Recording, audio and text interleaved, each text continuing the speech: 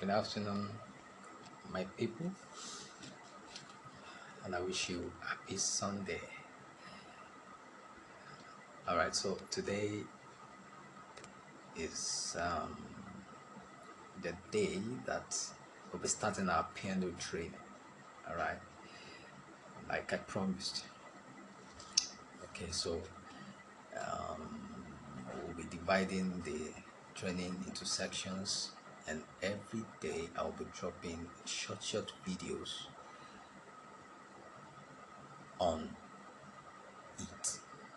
All right, so I promise you it's gonna be fun. Okay. It's going to be fun and it's going to worthwhile. All right. So today we start with the basics. All right. For the beginner, we start with the basics. The keys, number of keys that we have in music, their name, and how they come about, and so on and so forth. All right. So we'll be starting with the theory of music. All right. Theory of music.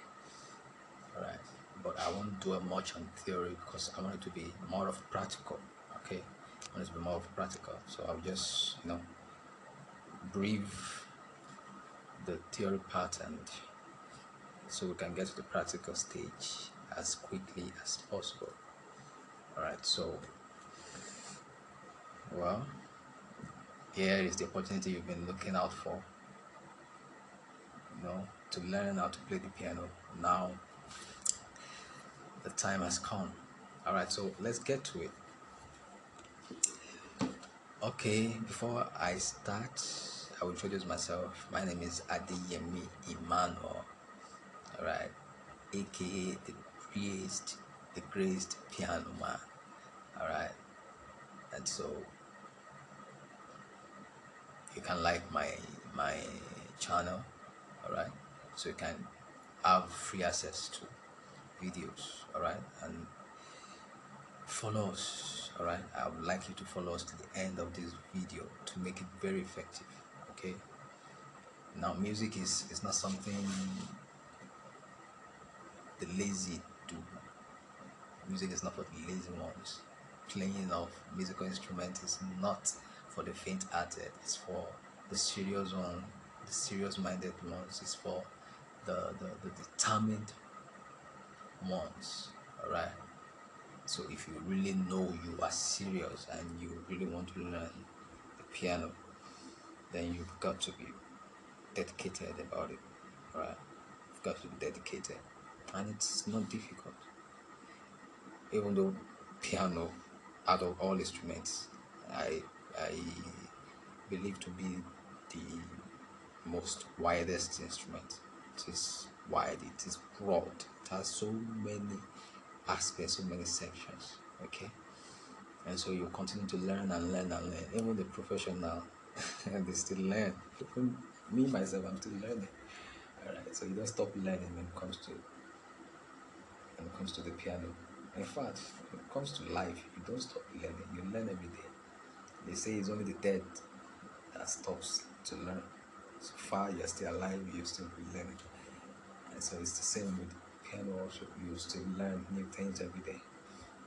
Okay, so that's it. So I don't want you to miss any of the videos.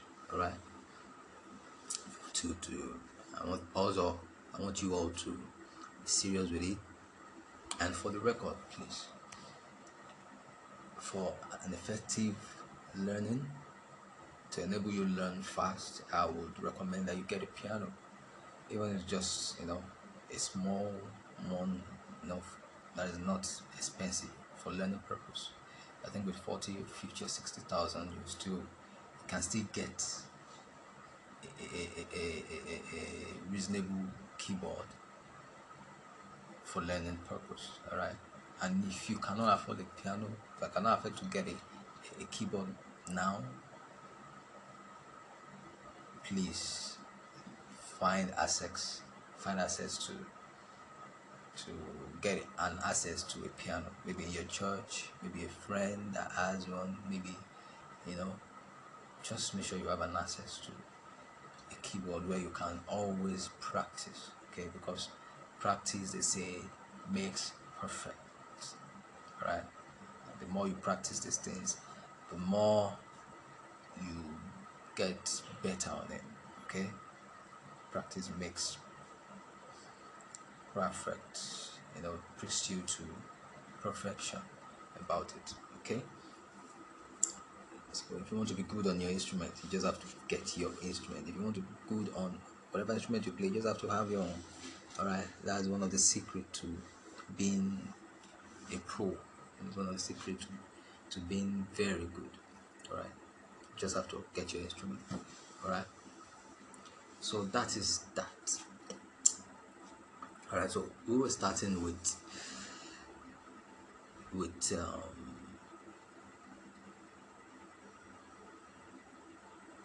a keyboard. Let's even discuss about keyboard.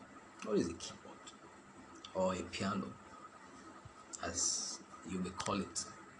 All right. Now this is a typical example of a keyboard or a piano. Okay, it is a machine or a gadget. All right, made up of both white and black keys arranged together, arranged side by side of each other. All right, and a keyboard has some other functions. Okay, it has some buttons in which you can use to set the keyboard, maybe, you know, to different voices and that and that. All right, so that's just basically what a keyboard is. Okay, and of course we have keyboards in grades and in sizes and in standard, but a standard keyboard, okay, supposed to have 5 octave. All right, now look at my own keyboard. Now let's start from my left hand here. An octave is considered to be a do to do. Let's pick it from here. This key right here is key C. So from this do here, this is a do on key C, to this do here on the next key, and the next key C, this is also a key C. So from here to here is an octave, and inside an octave you have a combination of all your 7 musical notes. All right, which is your do, re, mi, fa, sol, la, ti, do. All right, so that is a full octave. All right, so, and I said that a standard keyboard must have 5 octaves. A standard one must have 5 octaves. So from here to here is 1 octave. Now from here to here is another octave, which makes it 2, right? From here to here is another one, which makes it 3. From here to here is another one, which makes it 4, and the last one to here, which makes it 5. So this my keyboard is considered to be a standard keyboard. All right, so a standard keyboard must have a minimum of 5 octaves. All right, of course we have some keyboards that have more than that. Some have 6 octaves, some have 7, some have 8. Okay, it depends on the size of the keyboard, but the standard one should have 5 octaves. All right, and the keys, they are arranged side by side to each other. All right, and so the keyboard is divided into two sections. All right, now if you start from your left hand here, okay,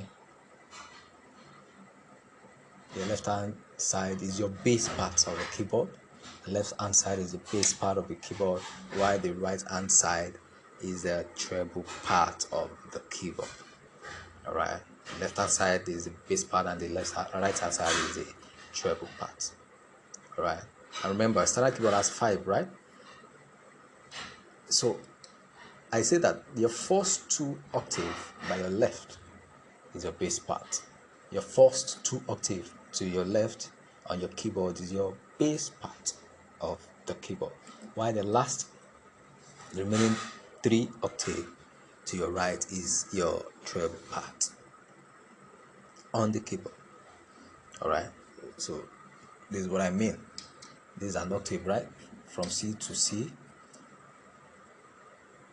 This is another C to C. So this is an octave, and this is another octave. So this is 1, and this is 2. This is 1, and this is 2. Okay, so from here down to the last key here to your left is the bass part of this keyboard. All right, from here to the last key here is your bass part. All right, right from here down to here is your treble part. And if you listen to the voice, you will see that you can determine that even in the voice of the keyboard. You hear that even in the voice of the keyboard. Pardon me, please. Trying to connect my keyboard so I can show us something.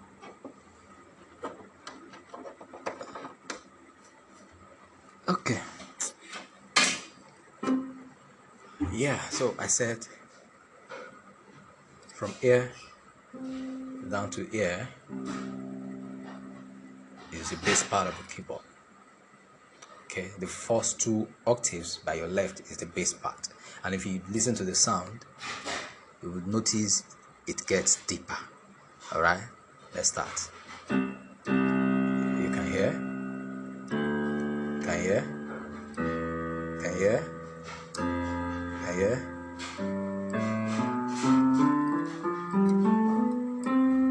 because as you're coming up, the voice is getting more thinner.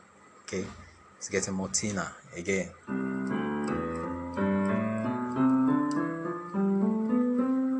So down from here is the bass part. You can see it sounds deep. Now from here to the last one is the treble part. All right, let's hear the sound. You can see that it's getting thinner.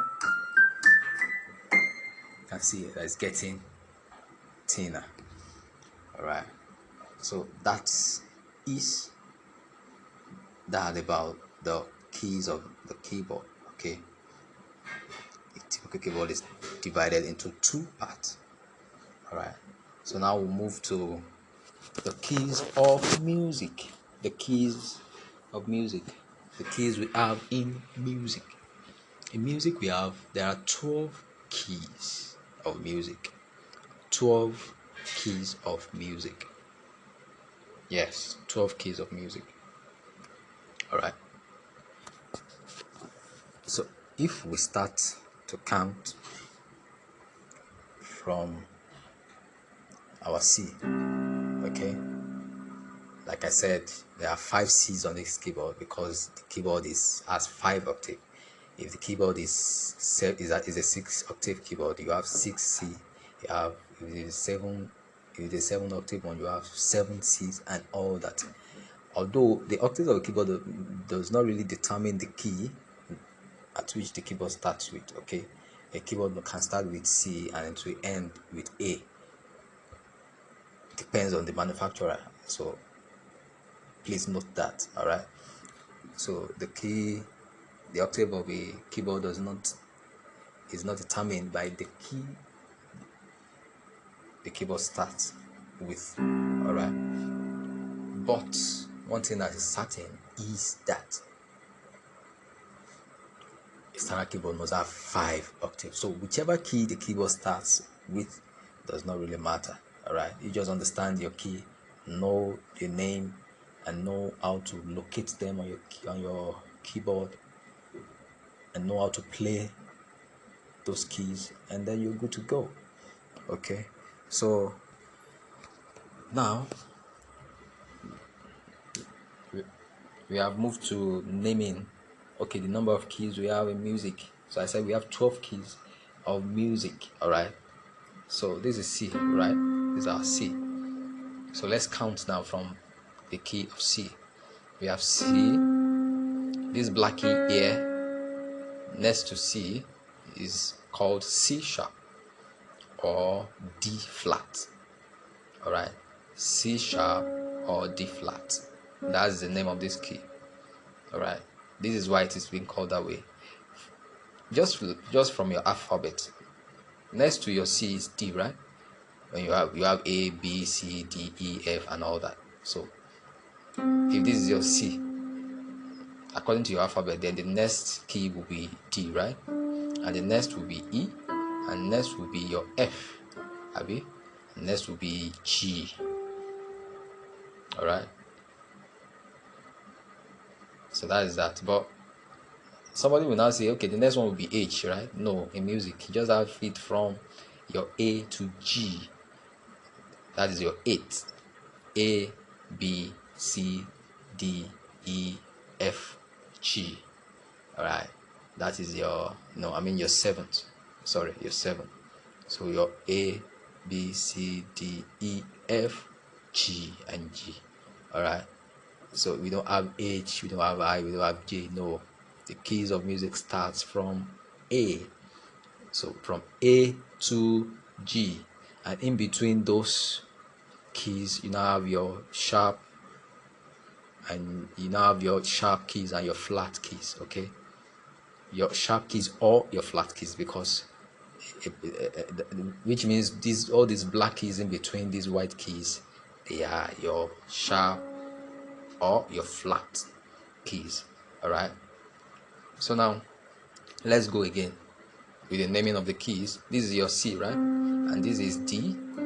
So this key in between would be called C sharp or D flat. Now a black key can be called with the name of the key behind it or with the name of the key next to it. Again, a black key in between two white keys can either be called with the name of the key below it or behind it, or with the name of the key next to it. All right, so now if this is C and this is my D, so I can name this key with the name of the key below and behind it, or with the name of the key next to it. All right, so if I want to name this key now, but mind you, if you want to name it with the name of the key behind it, you would sharp it, you would add sharp to it. But if you want to name it with the name of the key that is next to it, then you would add flat to that name. All right, so this is what I mean. If this is C and this is my D, so if I want to name this, I can either call it C sharp or I call it D flat. Remember, because I want to name it with the name of the key behind it, I sharp it, so I call it C sharp because C is behind it. But if I want to name it with the name of the key next to it, I would flat it, so I call it D flat because D is next to it, but I add my flat. So you can be playing and anyone can tell you, Solomon, please play for me on D flat, and you'll be like, D flat. Where is D flat on keyboard? No, the person just simply tell you that you should play on C sharp. All right, so they can either call this key here C sharp or D flat. Okay, so that is it. So we have C, we have C sharp, we have D, and this will be what? D sharp or E flat, because the name of the key next to D is what? E. Okay, so you can call this just the same thing, the same process. So you can either call this D sharp or you call it E flat. Okay, and in between E and F there is no black key. All right, so that one continues. So you have your C, your D, your E, your F, your G, then you go back to your A, your B, then your C again. Okay, so that is it. So this is our C sharp or D flat. This is our D sharp or E flat. This is our F. So this will be what? F sharp or G flat. F sharp or G flat, because this key here is G. This is your F, this is your G. So you call it F sharp or G flat. So this is your G. So this will be your G sharp or A flat, because this key here is A. Alright, this key here is A. So G sharp or A flat. So this is your A. So this key right here will be A sharp or B flat. A sharp or B flat. Alright, so this is your B, and in between B and C there is no black key, so you just go back straight to your C again. So the process repeats itself like that. So do you understand? So it is very easy. Just understand the process, understand the principle, and that is it. So it's not difficult at all. Okay, it's not difficult. So I'll repeat it once again. This is my C. This is C sharp or D flat. Okay, so this is D. So this is D sharp or E flat. So this is E. The next key is F. So this is F. This is F sharp or G flat. This is G. So this is G sharp or A flat. So this is A. This one is A sharp or B flat. Then you go back to your C. So if you now count all these keys one after the other, then we realize they are all 12 in numbers. Okay, so let's count from C now.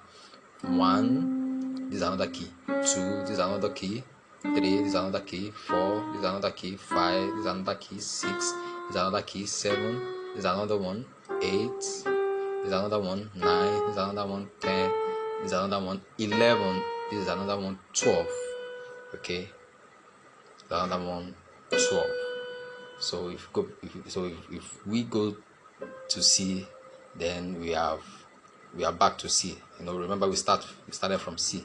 Okay, so from C to B makes 12 keys altogether. So 1, 2, 3, 4, 5, 6, 7, 8, 9, 10, 11, 12. So that's why we have 12 keys in total in music. Alright, so that's why we have 12 keys in total in music. Alright, and each of the keys, they have their uniqueness. Each of these keys on keyboard, they have their uniqueness. Alright, the way you play the note on the key of C is different from the way you would play your C sharp, is different from the way you would play your D, is different from the way the note on D sharp is arranged, is different from the way the note on E major is arranged, it's different from the way the note on F major is being arranged. It's different from with the way the note on F sharp is arranged, and like that. Alright, so that's why you need to know each of these keys one after the other. It is why you need to conquer each of these keys. So the 12 keys in total, you need to know all the keys, alright, to be an outstanding pianist or an outstanding keyboardist, alright, as the case may be. Okay, so that is it. So for the purpose of this training, we'll be starting with the key of C. So I'll be picking the keys one after the other. Alright, I'll be picking the keys one after the other. Alright, and with constant practice, constant rehearsal, okay, you will blend and you will master all the keys. Alright, remember I said practice. That's the secret. Alright, what you do constantly, you get better in it each day by the day. All right.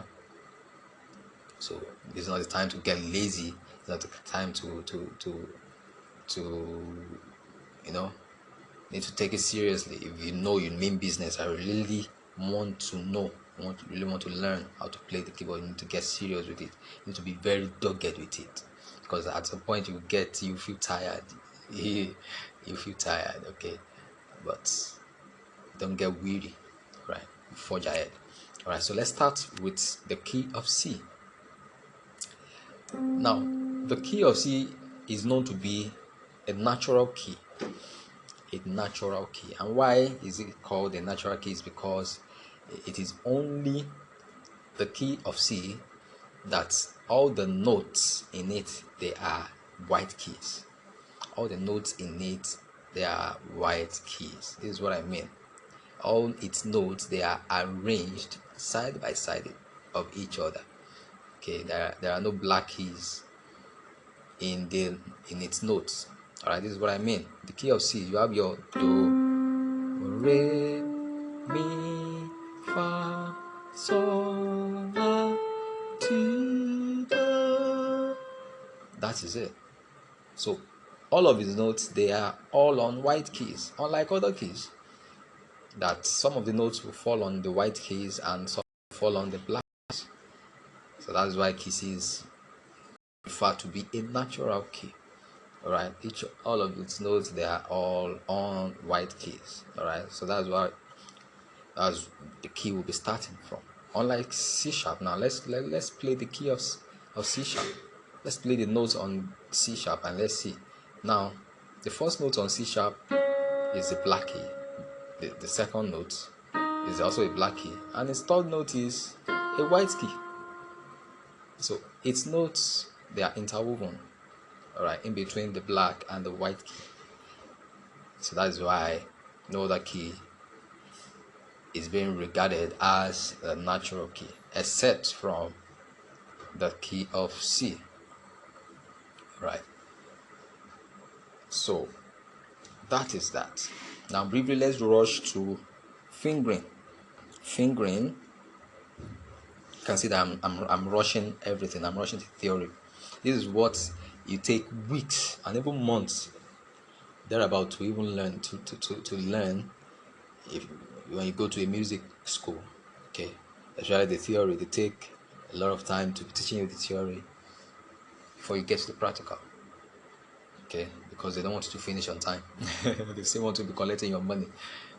All right, so this is what I'm just rushing, and I'm just summarizing the theory aspect of it so that we can get to the practical soon. All right, so we're already on the fingering now. Fingering is just simply the way your fingers are being arranged on your keyboard and the way you position your fingers when you are playing your note or when you're playing your keys. All right, so that's just fingering. All right, and each of these notes, they have their own proper or right finger to use. All right, humans, we have 5 fingers, right? And a key has how many keys? Has how many notes? How many notes are in the key? Like, I remember I told us the other time that an octave has how many notes? 7 notes, or 8 notes if you have to go back to the initial note. All right, so this is what I mean.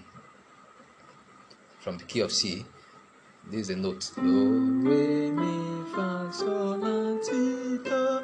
So in total we have what? 8 notes. 1, 2, 3, 4, 5, 6, 7, 8. If you have to go back to the notes we started from, to make it 8. But if we are to stop here, then we have 7. Okay, so you want to play 8 notes and you have 5 fingers. You want to play 8 notes and you have 5 fingers. So this is where your fingering comes in. All right. So there are ways you turn your fingers to make you use the proper finger for each of the notes. All right. So it is very easy. It's not difficult. Now your first note, your note 1, which is your do, start with your finger 1. All right, this is my thumb. My thumb is my finger 1. Okay, so this is my note 1.